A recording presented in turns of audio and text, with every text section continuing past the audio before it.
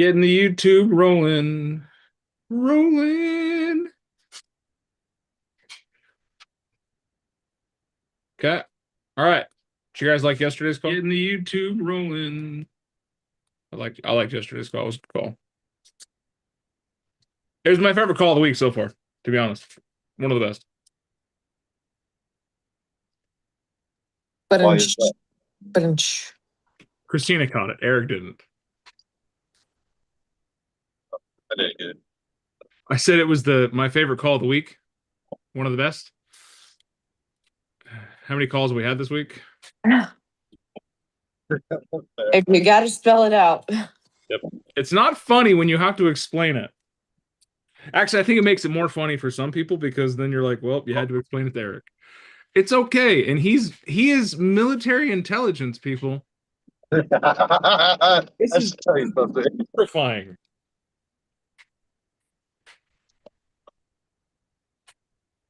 It just says that there is certain capacity of knowledge that just doesn't flow well. All right. Happy Purple Shirt Tuesday. I want to hear from you, your wins, your celebrations. Tell me one of your challenges. Let's switch it up a little bit.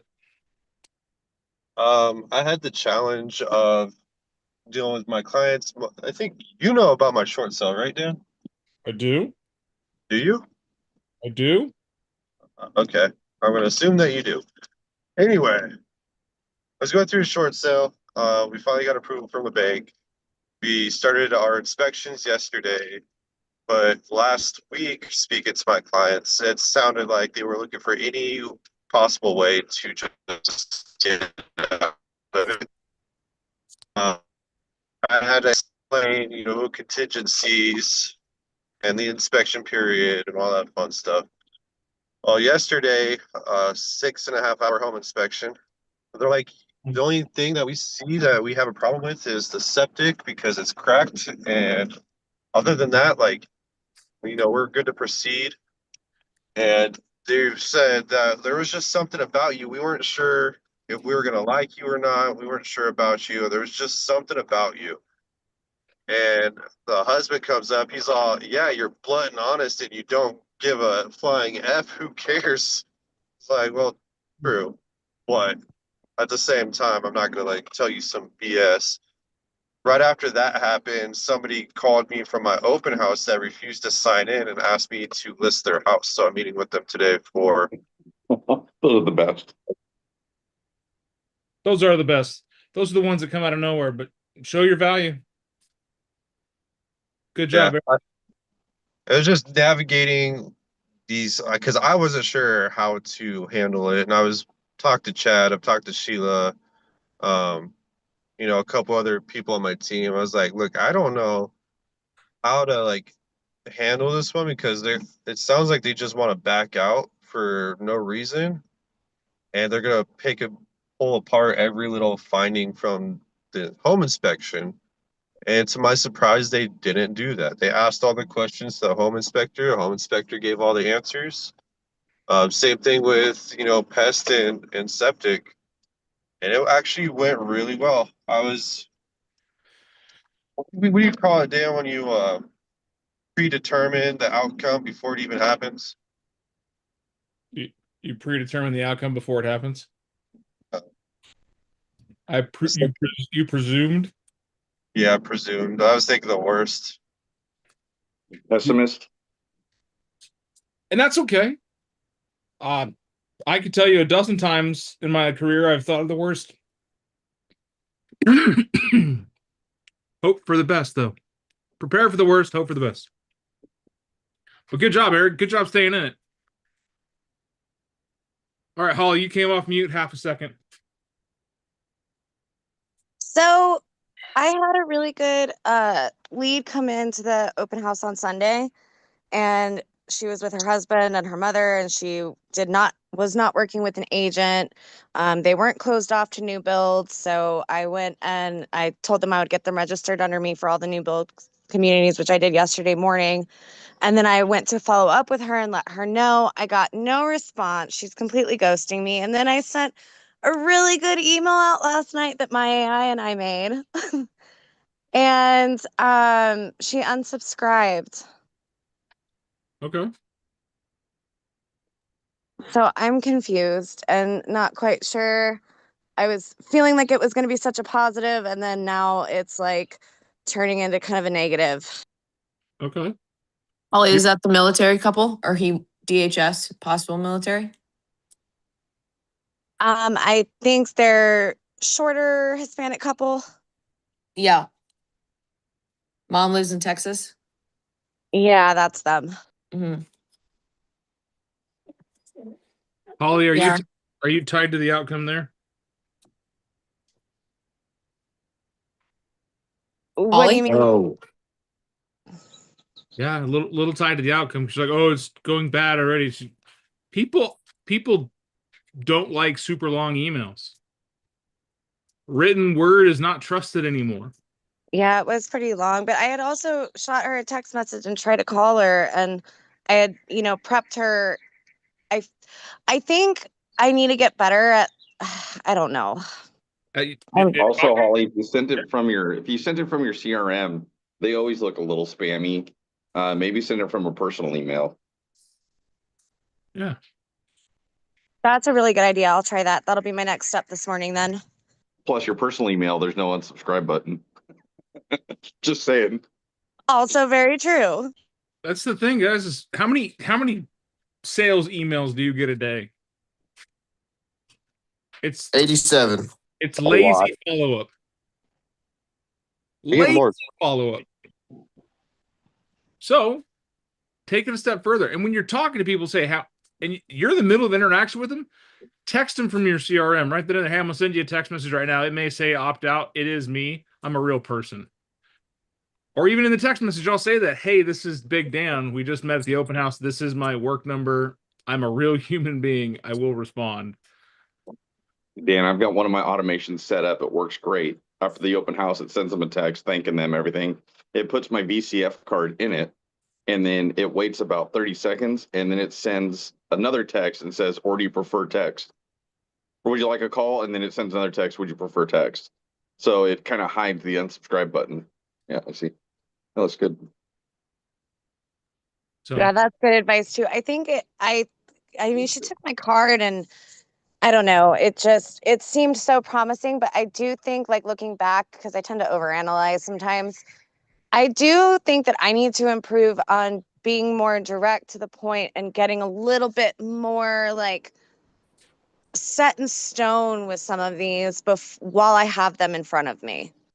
we all can. We all need the same. But where do you That was get gonna be my that next question. When you showed them everything, did you have them in a buyer broker yet? That was an open house. But Oh, here's did she? I thought she was showing them properties after the open house with the new builds. No, she registered them. Gotcha. Okay, sorry. well, here's a really important question, right? How do you learn when to ask for business, how to ask for business, the insistency at which you ask for business without ever doing so? Can you read a book and learn how to do sales? Kind of. Can you Some might be think on this so. call? Can you just be on this call? Just this call, just this 30 minutes in the morning and know how to do sales? No, it gives you a good idea with the books and the calls and everything, but you don't really know until you actually do it. There is a book out there that says you can't learn to ride a bike from a book. Well, I think it's because every situation, like, no two interactions are exactly the same, you know? Not even with twins. It's a people business. That's why you got to learn the people. We can talk philosophy. We can talk I don't know psychology. what that is. Philosophy. That's what it is. We can talk all the different mechanics of how to interact with people and communication styles and the mechanics of negotiations all day to give you a base understanding. But just like when you got your driver's license, you had to take a test. You had to prove your applicable skills. And before you took that test, you had 6 months of permit where you were with an instructor for 6 months driving and learning how to drive and doing all kinds of stuff. And before you got your permit, you had to take another test to prove that you knew the basic knowledge around driving before they let you go and try driving. So if we go all the way back to sales and go, okay, I'm going to do something that is critical in life. I'm going to have to do some practice. I'm going to have to do some study and education. I'm going to have to do some more practice. And then I'm going to have to do some instruction. Real estate school was fantastic. It was 90 or 120 hours of memorization, contract law, and bullshit you'll never use again. So true. And then you have to plug yourself in to a driver, someone who's got their license, knows what they're doing, and says, hey, come with me, I'll drive along with you. And you're going to say, ooh, you missed your turn signal there. Ooh, brakes, slow down. Oh, speed up a little bit. It's super uncomfortable. And some of us that are later in life, we're not 20 years old. It feels weird to have that direct impression and instruction again, but you can't learn how to do it without doing it. Very few people can read a book and go do whatever it is in that book flawlessly. I say very few because I've never met anybody, but I'm sure there's somebody out there. Eric probably has somebody in a case study in one of the labs he worked at, 15 stories underneath the surface of the earth. We can't talk about that. Do that. So Halls, don't beat yourself up. I know it seemed like it was going good. Keep going. This is where repetition is your friend. At first you get super weird and it's not comfortable. And then you're like, you know what? I feel like I'm getting it. And then you crash and then you're like, okay, you know what? Don't do that again. And you get stronger and you get better and you get stronger and you get better. And all of a sudden someone calls you up and says, hey, I know I was an asshole. I wouldn't sign it at your open house, but I want you to come sell my house. It happens. It happens every day. Holly, we can tag team those people too. Like anything like that where they have, like they signed into yours and then they signed into mine. Like if we want to Yeah, whoever the try guy a different approach, you know what I mean? create the essence. Yeah, of- I'd appreciate that. Yeah. I like this is 50% of something's better than all or nothing. Well, because they had the military thing. So that's like the other thing I look for is what's a way that I can connect with this person, something I can follow up on that has nothing to do with real estate, right? Is other than like, how'd the open houses go? Do you guys want to go look at new builds? Like my approach would be great meeting you guys. Like loved chatting with you. Did you want me to introduce you to that person we talked about for the military or following up on that angle of it, right? Or punch them right between the eyes, like I would. Send them an email from your personal email. Say, hey, this is Holly. It looks like you accidentally unsubscribed from an email with a ton of value I sent you. The good news is I wanted to follow up with this email that doesn't have an unsubscribe button, so you won't accidentally hit it. Let me know when you want to go look at those houses. Love it. Who would have deleted James's email? Nobody. Like You me. would have printed it and framed it. Wow. Stephanie gets her license and all of a sudden you're just hot shot. Okay. You got I backup mean- now? Is that what it is? That's what it is. That's what it is. Since I feel like Now- I've been kind of like floating somewhere I'm in the pretty. middle with them, like I'll give either one a try. That's the thing. More is lost to the absence of enthusiasm and direct conversation than the lack thereof. Right? More is lost to people not asking for business because they would have done business with whoever asked them to do business. Just take some time to do so. I bring up the example of my tub up in my bathroom in my office. I have a tub in my office. I'm that rich. No. I have a bathtub in my bathroom that doesn't match anything else. It's pink from the 90s. You guys know that raspberry color? Everyone knows what I'm talking about. Everything else in the bathroom's been replaced except for this giant corner jacuzzi tub because I don't want to pay $5,000 for a new one. I'm okay having a mismatched tub. My wife is not. I reached out to a company 4 years ago to have them come and re-epoxy it. Like it's a color staining that they can do it. It's like $1,200. I'm all, that's not a bad deal. That's a savings. It's still not done. And the only time I remember about the tub and that company is when I bring up an example of them on this call. You think if that company to reach out to me and say, Dan, we have a sale. You reached out to us 4 years ago about the Thunder Gray. That's the color. Look it up. It's fantastic. Thunder Gray epoxy special order for your tub and your bathroom. We can get it done this weekend. It's only going to be $1,300. Are you in? I will probably say, yeah, let's do it. Because if you wait for me to follow up with them, guess what? Not gonna happen. I'm going to do the laundry. I'm going to do dishes. I'm going to forget I left the back door open. Where's my dog? Oh, crap. Is the cat outside? Did I get the mail today? And it's now Friday. Or when Jess threatens to hire the $5,000 company. No, Jess doesn't know. Jess is worse squirrel brain than I do. Jess is like, we have a bathtub in the bathroom? Yeah, it's underneath all the towels. But the thing is, follow-up is where fortunes are made because people have lives. And it's as simple as, do you want to do business? Not now? Great. Tons of value over time. Follow up. Do you want to do business? How many people buy and sell houses the very first time they talk to someone about buying or selling a house? Very few. Maybe with Christina. Maybe. I was gonna say silence. Only Standing the eyebrows are on. standing in front of a Lennar builder. Hey. fumbling for phone. So It's like shooting fish in a barrel, man. with a shotgun.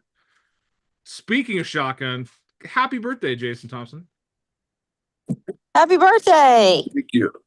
Happy St. birthday. Patrick's Day, guys. This day is built for Jason. It's actually his holiday. It's nice. Thank you. People are always throwing parties for my birthday. Fantastic. Are you getting invited to any of them? I don't know. Not yet. Not yet. All right, we'll figure that out. I think we should all remember his birthday for next year so we can all appear as festive as he is. I love the hat. Thanks. Well, two things.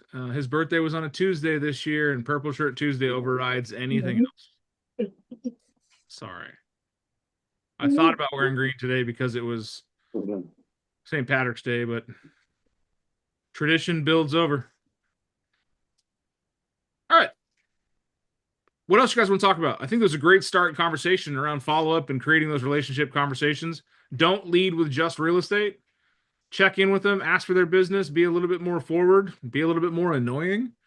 I would rather you get people turned off than ignore you or forget about you. Guarantee you guys can all go back and look at your Facebooks and find somebody in your database that bought or sold a house in the last year and didn't use you. Because you thought you were being annoying. Newsflash. They forgot about you because somebody else was top of mind. Say hi. Was that Steph or Audrey? Whoa. Whoa! You gotta be on this call too, girl. This is requirements for success. Right. Aren't you guys on vacation? We are. I We're hate. dedicated. I'm just at home with Moose and the kids because Jess is in El Paso. What are you doing, bud? You want to come up here? All right. Any other situations, topics, objections, conversations you want to work on? I know it's funny you're talking about persistence. I was thinking about Daisy. I just finished my breakfast, got some crumbs over here, and she's nudged my arm about 17 times. And she's still nudging my arm. She's very persistent. Even though she's not going to get anything. Everyone remember this term, polite persistence. Right? Raise a hand if you've ever heard the term buy or die.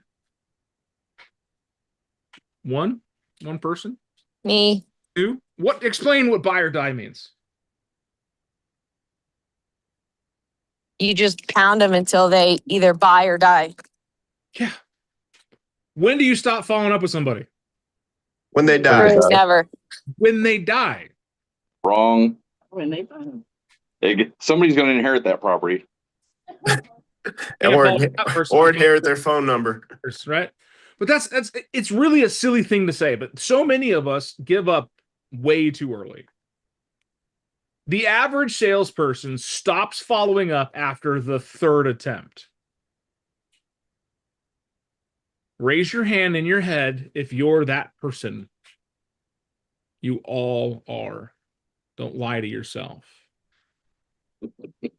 The average deal doesn't get consummated until after the 8th.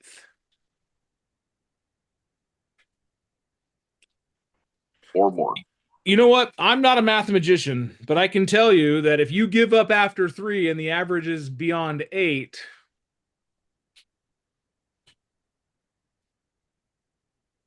right? I bet Stephanie had to ask Jimmy out at least 9 times before he said yes.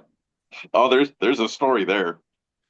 But this is the life. It's real estate, it's life, it's business in general. Multiple points of attempt, multiple points of contact. And the more noise that's in the market, the more noise that's in the media, the more things that are going on, the further and further people are between interest points. Right now, everyone is so worried about everything else that real estate's kind of on the back burner. Does war create certainty or doubt? Oh, Right? Does war create better prices or worse? worse. What are we in the middle of right now? Start of a war. We're in the middle of a news cycle that is obsessed with war. Everything's Iran, everything is oil, everything is the Strait of Hormuz. I didn't know how to pronounce that word until a week ago. Do you think people are interested in buying and selling houses when gas prices top $5 a gallon? Ooh. Not the majority, no. Do you think most people that were in the market in November and December that were waiting to see what happened after the New Year's are now waiting to see what happens after the new war? What is going to move these people into action? It's when you connect timing with lifestyle. Interest rates drop a point. What happens? The world goes crazy buying houses again. Until then, what do you have? You got nothing but air and opportunity, and there goes the air.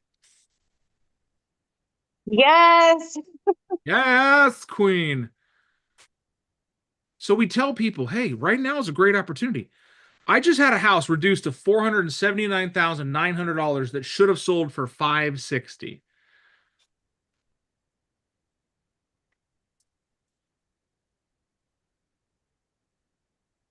We have other houses that are going on the market $5,000, $6,000, $10,000, $20,000, $40,000 under what the numbers say they should sell for. I don't care who's buying or selling. If it makes sense to their lifestyle, they'll do it. But do you think they're going to think about these things if no one calls them up randomly and says, hey, Jim, how's life? How's the kids? How's the wife? How's business? How's the boat? How's the shipping? How's all the stuff? And then, oh, by the way, did you know that 2 houses down from your neighbor just came on the market? And their house wasn't nearly as nice as yours. Right? Christina texted me yesterday. She goes, hey, I think I'm in your neighborhood. And she was. Yep. She was 1,500 feet away from my house. I told her I was uncomfortable with the proximity. She needed to leave immediately. No, she was showing a house 2 streets down. And it didn't work out for them. It was already under contract. So she hits me up and says, hey, if you know anybody in your neighborhood wanting to sell, my buyers want to live in this area. So now do I have a reason to send an email to my entire HOA saying, hey, fuckers, Yep. you want to sell? I got a buyer.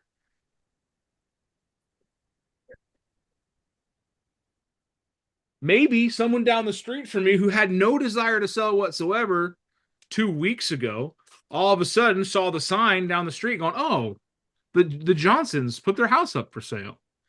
I wonder what it's going for. And I go, hey, the Johnsons' house is already under contract, but we have another buyer that's interested in living on that street. Now, Mr. and Mrs. Hoyt go, oh, Dan says he's got a buyer. I wonder what our houses were. Does any of that happen without follow-up? No. No, what was the moving domino that started all that? My search for those people? Yeah, it was Christina following up with me because she knows proximity. I live in the area. I could be no different than any other client that she has.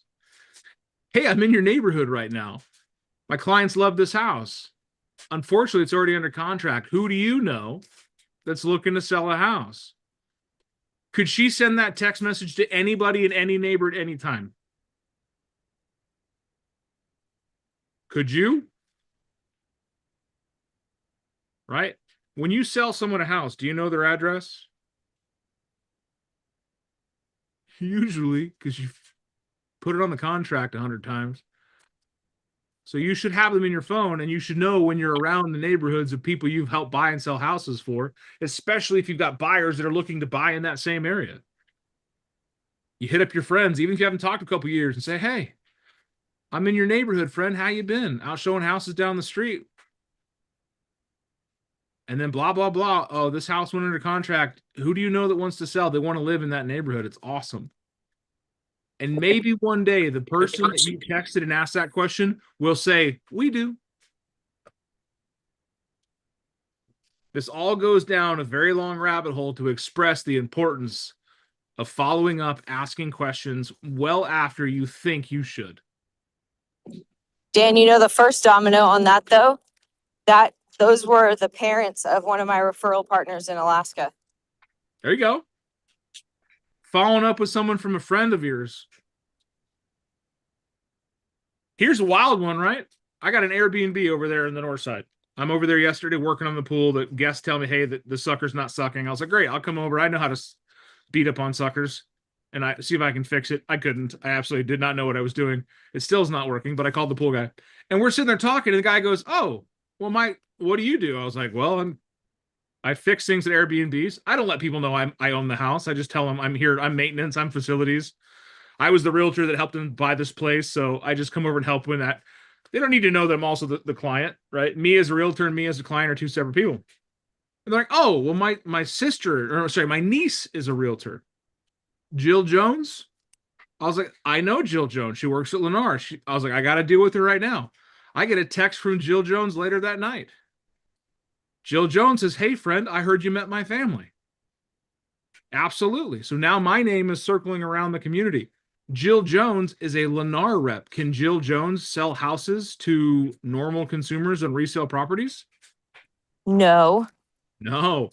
But Big Dan can. But Big Dan can. And now Jill has not only my connection as a broker because we work together, my connection as a realtor because we're doing a deal together, but my connection as a family member connection because now I know her uncle. And I come to find out her uncle knows Aaron Wilson. They used to ride bikes together, and he stayed at their house a couple times. And Aaron Wilson happens to be an agent too. And I'm like, oh, you don't want to use Aaron. You want to use Big Dan because Big Dan can. Aaron Wilson can't. Wilson got stuck on an island for a long time with Tom Hanks. Right? Your follow-up will create some incredible webs of connection that will bring business to you. But it's only going to get there when you follow up with people and you make those connections. Every one of you, listen to me very clearly. There are people in your phone, in your email, in your database, on your social media that require maintenance. Don't rely on your pretty face making AI posts to get the connections made. Have direct conversations. Send them a message. Happy birthday is the easiest one to do so.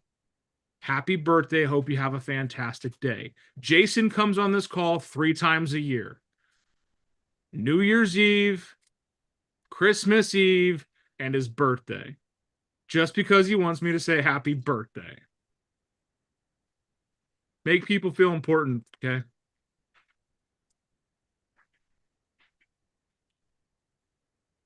Any other thoughts, comments, questions, concerns?